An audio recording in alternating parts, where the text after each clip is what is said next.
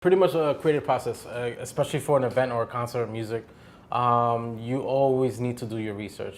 Don't jump the gun. Always get all your ideas together, your personal ideas, and then what ideas the client may like or what they had in the past. So you gather all that together and you execute from there.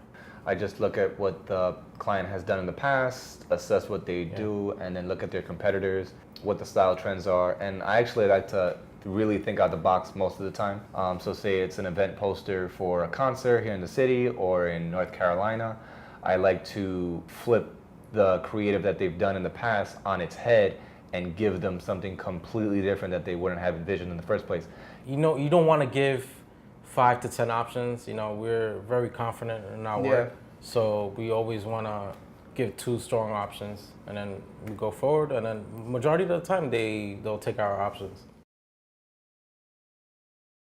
The way I take feedback is very business-minded. I look at what the client says and I make the changes accordingly. If I feel like there's something that I don't think will work creatively, then I'll let the client know, like, hey, you know, making this copy big or adding this piece of graphic there won't, you know, enhance the design. It'll only kind of make it a little more cluttered, or it'll just take away from the actual focus of the design and the messaging of what you're trying to, you know, convey through the graphics. You know, if the client, you know, is direct with what they want, I love that, you know, as opposed to someone saying, hey, can you just make it pop out more?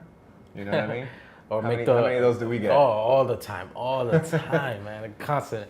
For me, for example, I would take their feedback, the actual feedback, and then I'll give them a second version of my suggestion, what I think will look best. You just gotta roll with the punches, you know, especially for posters, for artists' concerts. I try to understand that the client doesn't really see what I see on the computer screen. So there was a time where I was putting my all into this one design, and this client would be like, hey, this looks great, but you know, I need like 9 different fonts on this. I need the date to be this big. And for me, you know, aesthetically, it just didn't look pleasing.